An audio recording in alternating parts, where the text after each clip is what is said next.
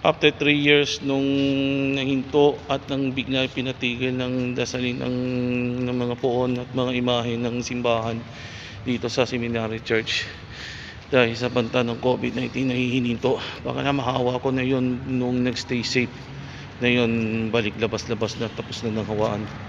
At wala akong balak nang nagsuot po ako ng face mask at face shield na yon. The pandemic was gone, the epidemic was gone pa rin. Sino na bahala po na agad na may awa at pagpasensya na agad na natin yung may kapal.